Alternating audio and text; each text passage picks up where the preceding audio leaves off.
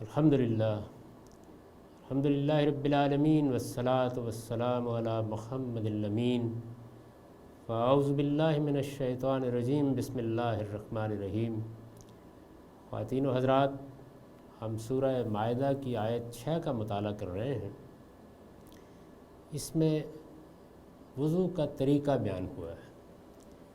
میں نے اس سے متعلق چند باتوں کی طرف توجہ دلائی تھی، انہیں ذہن میں تازہ کر لیجئے۔ ایک تو یہ بات واضح کرنے کی کوشش کی تھی کہ پیچھے جو احکام چلے آ رہے تھے ان کے بعد اس حکم کا محل کیا ہے۔ تو میں نے یہ عرض کیا تھا کہ اس میں بھی پاکیزگی کی دعوت دینا پیش نظر ہے، یعنی اپنے خور و نوش کو پاکیزہ بناؤ۔ اسی پر بات کو آگے بڑھاتے ہوئے یہ کہا ہے کہ یہی پاکیزگی خدا کے حضور میں بھی آنے کے لیے چاہیے۔ پاکیزگی دین کا مقصد ہے اور یہ ہر جگہ احکام میں ایک قدر مشترک کی حیثیت سے موجود ہوتی ہے۔ دوسری اس چیز کی طرف توجہ دلائی تھی کہ اس میں ارجلکم سے متعلق یہ بحث پیدا ہو گئی کہ کیا یہ مسح کے تحت ہے یا غسل کے تحت ہے، یعنی پاؤں دھوئے جائیں گے یا ان کا صرف مسح کیا جائے گا۔ اس ضمن میں جو خود قرائن قرآن مجید نے نمایاں کر دیے ہیں ان کی روشنی میں نے یہ عرض کیا تھا کہ قرآن مجید اس معاملے میں بالکل واضح ہے کہ پاؤں ہی دھوئے جائیں گے۔ تیسری چیز یہ واضح کی تھی کہ ارجلکم کو مؤخر اس لیے کیا گیا ہے، یعنی اس کو غسل کے تحت براہ راست نہیں لایا گیا، مؤخر کر دیا گیا ہے۔ اس مؤخر کرنے کی وجہ کیا ہے؟ میں نے یہ گزارش کی تھی کہ اس کی وجہ یہ ہے کہ ترتیب کے بارے میں کوئی ابہام نہ پیدا ہو جائے، یعنی غسل کے اعضاء یا وضو کے اعضاء جب بیان کیے جائیں گے تو اس میں ترتیب بھی مقصود ہوتی ہے۔ اس وجہ سے اس ترتیب کو واضح کر دیا ہے کہ پاؤں آخر میں دھوئے جائیں گے۔ یہ بات بھی آگے پڑھنے سے پہلے سمجھ لینی چاہیے کہ یہ کوئی ابتدائی حکم نہیں ہے، یعنی وضو تو ہمیشہ سے اللہ تعالیٰ کی شریعت میں رہا ہے۔ یہود بھی اس کا اہتمام کرتے تھے، نصارہ بھی اس کا اہتمام کرتے تھے۔ اللہ تعالیٰ کی شریعت میں جب بھی اللہ کی بارگاہ میں حاضری کا موقع ہو تو پاکیزہ ہو کر جانے ہی کی تلقین کی گئی ہے۔ لیکن جو کچھ بھی دین ابراہیمی کی روایت اس وقت تھی اس میں ظاہر ہے کہ بہت سی چیزیں لوگوں کی نگاہوں سے اوجھل ہو چکی تھی۔ ایک حد تک وہ جس طرح مناسب سمجھتے تھے پاکیزگی حاصل کر کے نماز کی پدا کر لیتے تھے۔ یہی طریقہ ایک لمبے عرصے تک رہا، یہاں تک کہ سورہ مائدہ میں، اور یہ معلوم ہے کہ یہ مدنی سورہ ہے اور مدینے کے بھی آخری ایام کی سورہ ہے، یہ بیان کیا گیا کہ اس ترتیب سے یہ اعضاء لازماً دھوئے جائیں گے۔ ان چیزوں کو سامنے رکھ کر اب دیکھیے، ارشاد فرمایا ہے وَإِن كُنتُمْ جُنُبًا فَاتَّطَّهَّرُوا، اور اگر جنابت کی حالت میں ہو تو نہا کر پاک ہو جاؤ۔ یعنی نماز کے لیے اگر تو عمومی نوعیت کی نجاست لاحق ہے تو وضو کافی ہے، وضو کے نواقص سے ہم واقف ہیں۔ اگر ان میں سے کوئی چیز پیش آ گئی ہے تو بس ان اعضاء کو اس ترتیب سے اس اہتمام کے ساتھ دھو لیا جائے گا، اس کے بعد وہ پاکیزگی حاصل ہو جاتی ہے جس کے ساتھ اللہ تعالیٰ نے ہم کو پابند کیا ہے کہ ہم اس کے حضور میں کھڑے ہوں۔ دوسری چیز یہ ہے کہ جنابت لاحق ہو گئی، یعنی بیوی سے ملاقات کی ہے اور اس سے جو نجاست لاحق ہوتی ہے اس سے پاکیزہ ہو کر اللہ کی بارگاہ میں جانا ہے۔ اس کے بارے میں ارشاد فرمایا کہ غسل ضروری ہے، فَاتَّطَّهَّرُوا۔ اس پر البیان کا نوٹ ہے، اس سے واضح ہے کہ جنابت کے بعد غسل ضروری ہے، اس کے بغیر نماز نہیں پڑھی جا سکتی۔ یعنی یہ بات اس سے معلوم ہو گئی کہ غسل ویسے تو آداب میں سے ہے، یعنی غسل کرنا چاہیے، جنابت کے بعد غسل کا اہتمام کر لینا چاہیے، لیکن اگر اس میں تاخیر ہوئی ہے اور نماز کا وقت آ گیا ہے تو پھر ضروری ہے کہ غسل کیا جائے، کیونکہ اس غسل کے بغیر نماز نہیں پڑھی جا سکتی۔ اس غسل کے لیے یہاں فَاتَّطَّهَّرُوا اور اس سے پہلے سورہ نساء کی آیت 43 میں تغتسلوا کے الفاظ آئے ہیں، یعنی قرآن مجید نے یہاں طہروا کا فعل اختیار کیا ہے اور وہاں اغتسلوا کا فعل اختیار کیا ہے۔ یہ الفاظ تقاضا کرتے ہیں کہ جنابت کا یہ غسل پورے اہتمام کے ساتھ کیا جائے، یعنی لغت کے اعتبار سے ایسے لفظوں کا انتخاب کیا ہے جو یہ بتاتے ہیں کہ یہ غسل اہتمام کے ساتھ ہونا چاہیے۔ اس اہتمام کی کیا صورت ہو سکتی ہے؟ ظاہر ہے اس کو لوگوں کے ذوق پر چھوڑ دیا گیا ہے۔ ہمارے لیے دین کے تمام معاملات میں رسالت مآب صلی اللہ علیہ وسلم کی ذات والا صفات اسوہ حسنہ ہے، بہترین نمونہ ہے۔ چنانچہ روایتوں میں آپ کے غسل کی جو تفصیل بیان ہوئی ہے وہی اس کا بہترین طریقہ ہے اور وہی اہتمام ہے جو اللہ تعالیٰ کے پیش نظر ہے۔ لہٰذا اگر کوئی مسلمان اس کو سامنے رکھے تو وہ اس حکم کا تقاضا بدرجائے عتم پورا کر دیتا ہے۔ تو ارشاد فرمایا کہ اگر جنابت کی حالت میں ہو تو نہا کر پاک ہو جاؤ۔ وَإِن كُنتُم مَرْضَىٰ أَوْ عَلَىٰ سَفَرٍ أَوْ جَاءَ أَحَدٌ مِّنكُم مِّنَ الْغَائِطِ أَوْ لَامَسْتُمُ النِّسَاءَ فَلَمْ تَجِدُوا مَاءً فَتَيَمَّمُوا صَعِيدًا طَيِّبًا فَامْسَحُوا بِوُجُوهِكُمْ وَأَيْدِيكُمْ مِنْهُ۔ اب اس کے بعد بعض استثناء بیان کیے۔ ارشاد ہوا اور اگر کبھی ایسا ہو، ان چونکہ نادر پیش آنے والی صورتوں کے لیے آتا ہے اس لیے میں نے اس کے اس مدعا کو قوسین میں کھول دیا ہے، اور اگر کبھی ایسا ہو کہ تم بیمار ہو، ان کنتم مرضی او علی سفرن، یا سفر میں ہو، او جاء احد منکم من الغائط، یا تم میں سے کوئی رفع حاجت کر کے آئے۔ یہ جو تعبیر اختیار کی ہے اس پر البیان میں نے لکھا ہے، اصل الفاظ ہیں او جاء احد منکم من الغائط۔ لفظ غائط عربی زبان میں نشیبی زمین کے لیے آتا ہے، یعنی اگر آپ بالکل لفظی ترجمہ کریں تو وہ یہ ہوگا کہ اگر تم میں سے کوئی نشیبی زمین سے ہو کر آئے۔ یہاں یہ رفع حاجت سے کنایا ہے، یعنی ان الفاظ سے عرب کیا مدعا سمجھتے تھے اس کو لیا گیا ہے۔ اس کی وجہ یہ ہے کہ دیہاتی زندگی میں لوگ اس مقصد کے لیے بالعموم نشیبی زمینوں ہی میں جاتے ہیں۔ دیہاتی زندگی کا اگر کچھ تجربہ ہو تو یہ معلوم ہوگا کہ اب جس طرح کے ہم نے غسل خانے بنا لیے ہیں یا رفع حاجت کی جگہیں بنا لی ہیں، یہ اس وقت نہیں تھی۔ لوگ باہر جاتے تھے، اس کے لیے جنگل پھرنے کی تعبیر بھی ہماری اردو میں استعمال کی جاتی ہے۔ جب وہ باہر جاتے تھے تو کوئی نشیبی زمین دیکھتے تھے تاکہ کسی دوسرے کی نظر نہ پڑے، اور وہاں وہ اپنی ضرورت پوری کر لیتے تھے۔ اسی سے یہ تعبیر بن گئی۔ او جاء احد منکم من الغائط، یا تم میں سے کوئی رفع حاجت کر کے آئے، او لامستم النساء، یا عورتوں سے مباشرت کی ہو۔ یعنی اب یہ دونوں صورتیں اس میں آ گئیں۔ ایک صورت میں وہ نجاست لاحق ہوئی، او جاء احد منکم من الغائط میں بیان ہوئی جس میں وضو کیا جاتا ہے، دوسری وہ بیان ہو گئی جس میں غسل کیا جاتا ہے۔ دونوں کو جب اکٹھا کر لیا اور فرمایا فلم تجدوا ماء، اور پانی نہ ملے، فتیمموا صعیدا طیبا، تو کوئی پاک جگہ دیکھو، فامسحوا بوجوہکم وایدیکم من، اور اس سے اپنے چہروں اور ہاتھوں کا مسح کر لو۔ یعنی یہ بتا دیا کہ نجاست خواہ وہ ہو جس میں وضو کیا جاتا ہے یا وہ ہو جس میں غسل کرنا ضروری ہے، دونوں صورتوں میں اگر پانی نہیں ملا اور آدمی سفر میں ہے یا مریض ہے، یعنی کوئی ایسی صورتحال ہے کہ جس میں اس کے لیے پانی کو استعمال کرنا ممکن نہیں ہے، تو پھر کیا ہوگا؟ کوئی پاک جگہ دیکھو اور اس سے اپنے چہروں اور ہاتھوں کا مسح کر لو۔ اس کی وضاحت اس طرح سے ہے، سفر، مرض یا پانی کی نایابی کی صورت میں وضو اور غسل دونوں مشکل ہو جائیں تو اللہ تعالیٰ نے اجازت دی ہے کہ آدمی تیمم کر سکتا ہے، یعنی سفر کی حالت ہو، مرض کی حالت ہو یا پانی کی نایابی ہو، ان تینوں صورتوں کو بیان کر دیا ہے۔ یہ فرمایا ہے کہ ان کنتم مرضی او علی سفر او جاء احد منکم من الغائط او لامستم النساء فلم تجدوا ماء، تین صورتیں ہو گئیں۔ یعنی ایک یہ کہ پانی تو ہے لیکن آدمی مریض ہے، استعمال نہیں کر سکتا۔ سفر کی صورتحال ہے، اس میں بھی بعض اوقات ایسی وجہ پیدا ہو جاتی ہیں کہ پانی تو موجود ہوتا ہے لیکن استعمال کرنا ممکن نہیں ہوتا۔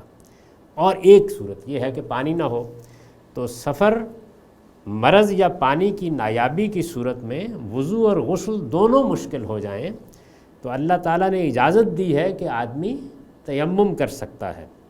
اس کا طریقہ ان آیتوں میں اور اس سے پہلے سورہ نساء کی آیت 43 میں یہ بتایا گیا ہے کہ کوئی پاک جگہ دیکھ کر اس سے چہرے اور ہاتھوں کا مسح کر لیا جائے۔ اللہ تعالیٰ نے صراحت فرمائی ہے کہ تیمم ہر قسم کی نجاست میں کفایت کرتا ہے، یعنی یہ واضح ہو گیا کہ نجاست خواہ وہ ہو جس میں وضو کرنا ہے یا نجاست وہ ہو جس میں غسل کرنا ضروری ہے، دونوں میں تیمم کیا جا سکتا ہے۔ وضو کے نواقض میں سے کوئی چیز پیش آ جائے تو اس کے بعد بھی کیا جا سکتا ہے، اور مباشرت کے بعد غسل جنابت کی جگہ بھی کیا جا سکتا ہے۔ اسی طرح صراحت فرمائی ہے کہ مرض اور سفر کی حالت میں پانی موجود ہوتے ہوئے بھی آدمی تیمم کر سکتا ہے، یعنی پانی ہے۔ اس پر استاذ امام نے یہ لکھا ہے کہ مرض میں وضو یا غسل سے ضرر کا اندیشہ ہوتا ہے، اس وجہ سے یہ رعایت ہوئی ہے۔ اسی طرح سفر میں مختلف حالتیں ایسی پیش آ سکتی ہیں کہ آدمی کو تیمم ہی پر قناعت کرنی پڑے، مثلاً یہ کہ پانی نایاب تو نہ ہو لیکن کمیاب ہو، اندیشہ ہو کہ اگر غسل وغیرہ کے کام میں لایا گیا تو پینے کے لیے پانی تھڑ جائے گا، یا یہ ڈر ہو کہ اگر نہانے کے اہتمام میں لگے تو قافلے کے ساتھیوں سے بچھڑ جائیں گے، یا ریل اور جہاز کا ایسا سفر ہو کہ غسل کرنا شدید زحمت کا باعث ہو۔ یہ انہوں نے چند صورتوں کی طرف اشارہ کر دیا کہ وہ کیا کیا صورتیں ہو سکتی ہیں جن میں پانی کے موجود ہوتے ہوئے بھی اس کا استعمال ممکن نہیں ہوتا یا مشکل ہوتا ہے۔ اس صورت میں بھی قرآن مجید کے الفاظ سے یہ بات نکلتی ہے کہ تیمم کیا جا سکتا ہے۔ اور تیمم کیا ہے؟ تیمم یہ ہے کہ آپ نے کوئی پاک جگہ دیکھی اور اس کے اوپر ہاتھ مارا اور اس سے چہرے اور ہاتھوں کا مسح کر لیا۔ اس میں بھی ظاہر بات ہے کہ یہ اجمال ہے، اس اجمال کے ساتھ اس حکم پر ہر آدمی عمل کر سکتا ہے، تاہم رسالت مآب صلی اللہ علیہ وسلم نے جس طرح اس پر عمل کیا اس کی تفصیلات روایتوں میں مل جاتی ہیں، ان کو دیکھ کر آدمی کو زیادہ سے زیادہ حضرت کے اسوہ حسنہ کو پیش نظر رکھنا چاہیے۔ اس میں شبہ نہیں کہ تیمم سے بظاہر کوئی پاکیزگی تو حاصل نہیں ہوتی، یعنی اب یہ سوال پیدا ہوتا ہے نا کہ جب پاکیزگی مقصود ہے تو وضو سے پاکیزگی حاصل ہوئی، ہر آدمی جان سکتا ہے، غسل سے پاکیزگی حاصل ہوئی، اس کو بھی ہم سمجھ سکتے ہیں، لیکن یہ کیا ہوا کہ پاک مٹی پر ہاتھ مارے اور آپ نے ہاتھوں کے اوپر مسح کر لیا، آپ نے چہرے پر مسح کر لیا، تو یہ کیا بات ہوئی؟ اس میں شبہ نہیں کہ تیمم سے بظاہر کوئی پاکیزگی تو حاصل نہیں ہوتی، لیکن اصل طریقہ طہارت کی یادداشت ذہن میں قائم رکھنے کے پہلو سے اس کی بڑی اہمیت ہے۔ ایسا ہو سکتا ہے کہ ایک لمبے عرصے تک تیمم ہی کرنا پڑے، تو اس وجہ سے ایک علامت مقرر کر دی گئی، اور علامتوں کی دین میں بھی بڑی اہمیت ہوتی ہے، معاشرت میں بھی بڑی اہمیت ہوتی ہے، تہذیب اور ثقافت میں بھی بڑی اہمیت ہوتی ہے، باہمی روابط اور تعلقات میں بھی بڑی اہمیت ہوتی ہے۔ میں اس کے بارے میں بڑی تفصیل سے گفتگو شاعر پر درس دیتے ہوئے کر چکا ہوں، اس کو سامنے رکھیے۔ شریعت میں یہ چیز بالعموم ملحوظ رکھی گئی ہے کہ جب اصلی صورت میں کسی حکم پر عمل کرنا ممکن نہ ہو تو شبہی صورت میں اس کی یادگار باقی رکھی جائے۔ یعنی اگر یہ کہہ دیا جاتا کہ پانی نہیں ہے تو بس ٹھیک ہے، آپ نماز پڑھ لیجئے، تو اس میں جو طہارت کا احساس ہے یا طہارت حاصل کر کے اللہ کے حضور میں جانا ہے، یہ احساس ذہن میں قائم نہ رکھا جا سکتا۔ اور یہ بات یاد رکھیے کہ ایک چیز ہمارا ظاہر ہے اور ایک چیز ہمارے ذہن کی نفسیاتی کیفیت ہے، دونوں اہمیت رکھتی ہیں۔ تو اس میں اس نفسیاتی کیفیت کو ملحوظ رکھ کے یہ طریقہ اللہ تعالیٰ نے تجویز فرما دیا ہے۔ اس کا فائدہ یہ ہوتا ہے کہ حالات پر معمول پر آتے ہی طبیعت اصلی صورت کی طرف پلٹنے کے لیے آمادہ ہو جاتی ہے، یعنی یاد قائم رہتی ہے اور آدمی پلٹ کر اصل صورت کو فوراً اپنا لیتا ہے، اس لیے کہ اس نے علامت کے طور پر اس کو اپنے ذہن میں تازہ رکھا ہوتا ہے۔ تو فرمایا کہ یہ طریقہ اختیار کرو، اور اس میں خاص طور پر اس چیز کو سامنے رکھیے کہ الی المرافق کے الفاظ نہیں آئے، یعنی ہاتھوں پر مسح کرنا ہے تو اس کی کوئی غایت نہیں بتائی گئی کہاں تک کرنا ہے، اس لیے کہ مسح میں اس کی کوئی ضرورت نہیں، وہ محض ایک علامت ہے۔ یہی وجہ ہے کہ اس سے یہ استدلال کیا گیا تھا پیچھے کہ جب ارجلکم کے بعد الی الکعبین آ گیا ہے، یعنی غایت آ گئی ہے کہ آپ کو ٹخنوں تک پاؤں دھونے ہیں، تو یہ اس بات کی صریح دلیل ہے کہ پاؤں دھوئے جائیں گے۔ ما یرید اللہ لیجعل علیکم من حرج ولکن یرید لیطہرکم ولیتم نعمتہ علیکم لعلکم تشکرون۔ اللہ تم پر زندگی کو تنگ نہیں کرنا چاہتا، لیکن یہ ضرور چاہتا ہے کہ تمہیں پاکیزہ بنائے۔ ما یرید اللہ لیجعل علیکم من حرج، یعنی ظاہر ہے کہ اس میں کچھ پابندی لگائی گئی ہے نا کہ آپ کو نماز پڑھنی ہے تو آپ وضو ضرور کریں، سردی بھی ہوتی ہے، گرمی بھی ہوتی ہے، پانی ملتا ہے نہیں ملتا ہے، آپ دفتر میں ہوتے ہیں، آپ کام میں مصروف ہوتے ہیں، تو اللہ کے حضور میں آنے کے لیے جب یہ پابندی لگا دی گئی کہ آپ کو وضو کرنا ہے، یا جنابت ہے تو غسل کرنا ہے، یا اگر آپ کو کوئی مشکل درپیش ہے تو بہرحال اس کی علامت کے طور پر تیمم کرنا ہے، تو اس میں کیا چیز پیش نظر ہے؟ فرمایا کہ اس سے مقصود یہ نہیں ہے کہ شریعت کے احکام دے کر تمہارے لیے کوئی تنگی پیدا کر دی جائے۔ اللہ کی اصل شریعت میں کبھی تنگی نہیں ہوتی۔ اسی کو بیان کیا ہے دوسری جگہ کہ لا یکلف اللہ نفسا الا وسعہا، اللہ اپنی شریعت دیتے وقت کسی پر اس کی طاقت سے زیادہ بوجھ نہیں ڈالتا، لیکن جو چیز پیش نظر ہے اس کو بہرحال حاصل کرنا ہے۔ وہ چیز کیا ہے؟ وَلَٰكِن يُرِيدُ لِيُطَہِّرَكُمْ، لیکن یہ ضرور چاہتا ہے کہ تمہیں پاکیزہ بنائے۔ اب ظاہر ہے کہ جب وہ پاکیزہ بنانا چاہتا ہے تو اس نے اس کے لیے کیا حکم دیا ہے، اس کو میں نے واضح کر دیا، یعنی قوسین میں یہ لکھ دیا، چنانچہ وضو اور غسل کا پابند بناتا ہے۔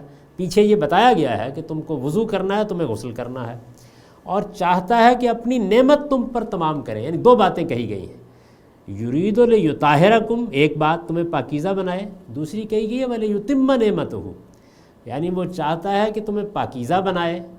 تو ظاہر ہے کہ اس کا تعلق کس سے ہے؟ یعنی یہ جو حکمت بیان کی گئی ہے یا سبب بیان کیا گیا ہے یا وجہ بیان کی گئی ہے، اس کا تعلق کس سے؟ آپ اگر غور کریں گے تو اس کا تعلق وضو اور غسل کے پابند بنانے سے، یعنی وضو اور غسل کی ذمہ داری ڈالی گئی ہے، اس کا پابند بنایا گیا ہے۔ تو اللہ کے پیش نظر کیا ہے؟ تمہاری تطہیر، تمہیں پاکیزہ بنانا، اور ولیتم نعمتہ، اور فرمایا اور تاکہ تم اس کے شکر گزار ہو۔ تو یہ جو دوسرا حکم دیا گیا تھا کہ مجبوری کی حالت میں تیمم کی اجازت دیتا ہے، اس کے لیے بتا دیا کہ اس کی حکمت یہ ہے۔ قرآن مجید میں یہ اسلوب جگہ جگہ استعمال ہوا ہے کہ احکام بیان ہوئے اور اس کے بعد اسی اسلوب میں ان کی حکمت یا ان کا مقصد وہ واضح کر دیا۔ اس میں کبھی ترتیب نزولی ہوتی ہے، یعنی جس ترتیب سے احکام آئیں گے اسی ترتیب سے حکمتیں بیان ہو جائیں گی، کبھی سعودی ہوتی ہے، یعنی پیچھے سے شروع کر کے حکمتیں بیان ہو جائیں گی۔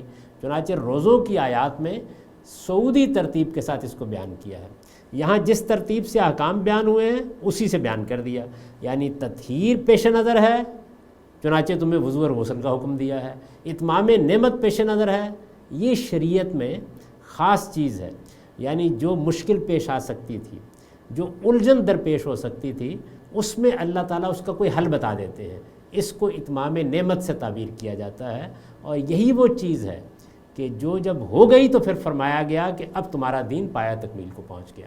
مطلب یہ ہے کہ اللہ نے اپنی نعمت تمام کر دی اور جو ضروری سوالات ہوتے تھے ان کے جوابات دے دی، اب کوئی ابہام باقی نہیں رہا، کوئی مشکل باقی نہیں رہی۔ تو یہ اتمام نعمت ہے، قرآن مجید کی یہ تعبیر خاص ہے، اس کو سمجھ لینا چاہیے۔ وَلِيُتِمَّ نِعْمَتُهُ عَلَيْكُمْ لَعَلَّكُمْ تَشْكُرُونَ، تاکہ تم اس کے شکر گزار ہو، یعنی اس پر بھی شکر گزار ہو کہ اس پروردگار کے پیش نظر دین و شریعت میں کیا ہے؟ ہمیں پاکیزہ بنانا۔ اس نے اس کے لیے احکام دیے ہیں، قانون بنائے ہیں، ضابطے مقرر کیے ہیں، اور اس نے جہاں مشکل پیش آ سکتی تھی وہاں ہمارے لیے سہولت کے راستے نکال دیے۔ یہ سہولت کے جو راستے نکالے ہیں یہ اس کا تقاضا کرتے ہیں کہ ہم اس کے شکر گزار۔ تو فرمایا لعلکم تشکرون، وَاذْكُرُوا نِعْمَتَ اللَّهِ عَلَيْكُمْ۔ اب ظاہر ہے کہ اس میں ایک حصہ ایسا ہے کلام کا جس پر عطف ہو گیا ہے، یعنی یہ رعایت دی ہے، اس سے فائدہ اٹھاؤ۔ ایسا ہوتا ہے بعض اوقات کہ جو چیز پچھلے جملے سے یا پچھلے پیراگراف سے ٹپکی پڑ رہی ہے، بالکل سامنے ہے، اس کو الفاظ میں بیان نہیں کیا جاتا، چنانچہ اس کو باہمی ربط کو سمجھ کر نکال لینا چاہیے۔ تو میں نے اس کو ان الفاظ میں ادا کر دیا ہے کہ اس رعایت سے فائدہ اٹھاؤ، یعنی یہ جو تمہیں تیمم کی رعایت دی گئی ہے، یہ جو تمہیں اس طرح کی حالتیں پیش آ جانے کی صورت میں وضو یا غسل کرنے کے معاملے میں ایک سہولت دے دی گئی ہے، اس سے فائدہ اٹھاؤ۔ وَاذْكُرُوا نعمت اللہ علیکم، اور اپنے اوپر اللہ کی اس نعمت کو یاد رکھو۔ اب ظاہر ہے کہ یاد رکھو جب فرمایا تو اس پر البیان کا نوٹ یہ ہے کہ یاد رکھنے کی یہ ہدایت اپنے حقیقی مفہوم میں ہے، یعنی ظاہر و باطن میں ہر پہلو سے اس اتمام نعمت کا حق ادا کیا جائے۔ یاد رکھنا جب قرآن کہتا ہے کہ میری نعمت کو یاد رکھو، میرے کرم کو یاد رکھو، میری عنایت کو یاد رکھو، تو اس کا مطلب یہ ہے کہ اللہ نے اپنی اس نعمت کی طرف توجہ دلائی ہے، اور اس کے یاد رکھنے کا یہ بھی مطلب ہے کہ ہر وقت انسان اپنے ذہن میں اس کو مستحضر رکھے، اس پر زبان سے بھی اللہ کا شکر جب موقع ملے ادا کرتا رہے، اور جو اس کے تقاضے ہوں وہ پورا کرے۔ یعنی اللہ نے ہمیں مثال کے طور پر دین کی نعمت دی، اپنے پیغمبروں کے ذریعے سے ہدایت کو واضح کر دیا، ہماری فطرت میں جو دین ودیت تھا اس کے اجمال کو کھول دیا، اس کی تفصیلات ہمیں بتا دیں، ہماری مشکلات کو حل کر دیا۔ تو اس پر ہم اللہ کا شکر ادا کریں گے زبان سے بھی، اور جو شریعت دی گئی ہے اس کے تقاضوں کو پورا کر کے، اس پر عمل کر کے، تو یہ دوسرا پہلو بھی یاد رکھو میں شامل ہوتا ہے۔ وَاذْكُرُوا نعمت اللہ علیکم وَمِیثَاقَهُ الَّذِی وَاثَقَکُم بِہ، اور اس کے اس عہد و میثاق کو بھی جو اس نے تم سے اس وقت ٹھہرایا، اذ قلتم سمعنا وَاطَعْنَا، جب تم نے کہا کہ ہم نے سن لیا اور ہم فرما بردار ہیں۔ یعنی یہ دو باتیں ہیں جس کو کہا کہ ان کو یاد رکھو۔ یہ میثاق یہ کیا ہے؟ اس پر البیان کا نوٹ ہے، یعنی اس عہد و میثاق کو یاد رکھو کہ سم و طاعت پر قائم رہو گے۔ یعنی جب آدمی اسلام قبول کرتا ہے تو اصل میں اللہ تعالیٰ کے ساتھ ایک عہد باندھتا ہے۔ وہ عہد یہ ہوتا ہے کہ جو حکم دیا جائے گا سنوں گا اور مانوں گا۔ تو فرمایا کہ اس عہد و میثاق کا ایک حصہ وہ ہے کہ جس میں تم اس کو پورا کرتے ہو، اس کا ایک حصہ وہ ہے جس کو اللہ پورا کرتا ہے۔ وہ اللہ جو پورا کرتا ہے وہ کیا ہے؟ تو میں نے لکھا ہے یعنی اس عہد و میثاق کو یاد رکھو کہ سم و طاعت پر قائم رہو گے تو اللہ تمہاری مغفرت کرے گا، اور قیامت کے دن ایک اجر عظیم تمہیں عطا فرمائے گا۔ آگے آیت 9 میں اس کی وضاحت فرما دی ہے۔ جب آپ آگے جائیں گے تو آیت 9 میں یہ بات پوری طرح کھل جائے گی۔ قرآن مجید میں کئی جگہوں پر یہ طریقہ اختیار کیا جاتا ہے کہ ایک چیز یا تو پیچھے کھل جاتی ہے یا تھوڑا سا کلام آگے بڑھتا ہے تو اس میں اس طرح کے اجمال کی تفصیل ہو جاتی ہے۔ وَاتَّقُوا اللَّهَ، اور اللہ سے ڈرو۔ اس میں بھی ظاہر بات ہے کہ جملے کا تقاضا یہ ہے کہ پیچھے کوئی ٹکڑا محذوف مانا جائے، مقدر سمجھا جائے، تو میرے نزدیک بھی ہوگا کہ اسے یاد رکھو اور اللہ سے ڈرو۔ ان اللہ علیم بذات الصدور، بے شک اللہ دلوں کے بھید تک جانتا ہے۔ یعنی اللہ تعالیٰ سے کوئی چیز چھپی ہوئی نہیں ہے، وہ ہر چیز سے واقف ہے۔ یہ تنبیہ فرمائی ہے کہ اللہ کے احکام ہیں، اللہ کی ہدایات ہیں، ان کے معاملے میں آدمی کو ہمیشہ یہ چیز ذہن میں رکھنی چاہیے کہ وہ مجھے دیکھ رہا ہے۔ یہ جو حدیث میں بیان ہوا ہے کہ اللہ کی بندگی اس طرح کرو گویا تم اس کو دیکھ رہے ہو، اس کی آگے دلیل دی ہے کہ تم اسے نہیں دیکھ رہے تو کیا ہوا، وہ تو تمہیں دیکھ رہا ہے۔ تو یہ حضور میں ہونا، اس چیز کو ذہن میں تازہ رکھنا، یہی اصل میں دین کی حقیقت ہے۔ یہ کوئی دین کا اعلیٰ درجہ نہیں ہے بلکہ دین کا مطلوب ہے۔ اس کے بغیر دینی حقائق ٹھیک طرح سے انسان کے وجود کا حصہ بن ہی نہیں سکتے۔ جب انسان اس سے نیچے گرتا ہے تو وہ معیار مطلوب سے نیچے گرتا ہے، نہ کہ اعلیٰ مرتبے سے نیچے آتا ہے۔ یعنی دین میں احسان ہر وقت مطلوب ہے، اللہ سامنے ہو، اس کی حضوری کا احساس ہو، اور انسان اس احساس کے اندر رہ کر اس کے احکام کی پیروی کرے۔ ان اللہ علیم بذات الصدور یا ایھا الذین آمنوا کونوا قوامین للہ شہداء بالقسط۔ اب پیچھے عہد و میثاق کا ذکر تھا، اس عہد و میثاق کا تقاضا آگے بیان کر دیا، اس کو الفاظ میں کھول دینا چاہیے۔ ایمان والو اللہ کے لیے کھڑے ہو جاؤ، یعنی اس عہد و میثاق کا تقاضا ہے، جس عہد و میثاق میں تم بندھے ہوئے ہو اس کا تقاضا یہ ہے کہ اللہ کے لیے کھڑے ہو جاؤ انصاف کی گواہی دیتے ہوئے۔ یہ ایمان کا اہم ترین تقاضا ہے، یہ ایمان کا اہم ترین تقاضا ہے۔ میں نے میزان میں دین حق کے عنوان سے جو ابتدائیہ لکھا ہے اس میں ایمان کے تقاضے بیان کیے ہیں، یعنی جب کوئی آدمی ایمان قبول کرتا ہے، اللہ پر ایمان، آخرت پر ایمان، اللہ کے پیغمبروں پر ایمان، اللہ کے فرشتوں پر ایمان، اس کی کتابوں پر ایمان، ایمان قبول کرتا ہے تو اس کے نتیجے میں یہ ایمان کچھ چیزوں کا اس سے تقاضا کرتا ہے۔ ان میں مثال کے طور پر عمل صالح ہے، یا ان میں مثال کے طور پر تواصی بالحق اور تواصی بالصبر ہے۔ اسی طرح ایمان کے تقاضوں میں یہ چیز ہے کہ اللہ کے لیے کھڑے ہو جاؤ انصاف کی گواہی دیتے ہوئے، اور اس میں تاکید یہ ہے کہ وَلَا يَجْرِمَنَّكُمْ شَنَانُ قَوْمٍ عَلَىٰ أَلَّا تَعْدِلُوا، اور کسی قوم کی دشمنی بھی تمہیں اس پر نہ ابھارے کہ انصاف سے پھر جاؤ۔ اعدلوا، انصاف کرو، ہوا اقرب للتقویٰ، یہ تقویٰ سے زیادہ قریب ہے، واتقوا اللہ، اور اللہ سے ڈرتے رہو، ان اللہ خبیر بما تعملون، بے شک اللہ تمہارے ہر عمل سے باخبر ہے۔ میں نے لکھا ہے کہ اس میں جو ہدایت کی گئی ہے اس کا مطلب یہ ہے کہ تم میں سے ہر شخص نہ صرف یہ کہ حق و انصاف پر قائم رہے، بلکہ یہ اگر گواہی کا مطالبہ کریں تو جان کی بازی لگا کر ان کا یہ مطالبہ پورا کرے، حق کہے، حق کے سامنے سر تسلیم خم کرے، انصاف کرے، انصاف کی شہادت دے، اور اپنے عقیدہ و عمل میں حق و انصاف کے سوا کبھی کوئی چیز اختیار نہ کرے، یہاں تک کہ کسی قوم کی دشمنی بھی اسے آمادہ نہ کرے کہ وہ حق و انصاف کی راہ سے ہٹ جائے۔ استاذ امام لکھتے ہیں شیطان نے راہ حق سے گمراہ کرنے میں سب سے زیادہ جس حربے سے کام لیا وہ یہی ایک دوسرے کے ساتھ دشمنی کا حربہ ہے۔ یہود نے محض بنی اسماعیل اور مسلمانوں کی دشمنی میں اس تمام عہد و پیمان کو خاک میں ملا دیا جس کے وہ گواہ اور ذمہ دار بنائے گئے تھے۔ اس وجہ سے مسلمانوں سے یہ عہد لیا گیا کہ وہ شیطان کے اس فتنے سے بچ کے رہیں، دوستوں اور دشمنوں دونوں کے لیے ان کے پاس بس ایک ہی باٹ اور ایک ہی ترازو۔ ایمان کا یہ تقاضا غیر معمولی طور پر اہمیت رکھتا ہے۔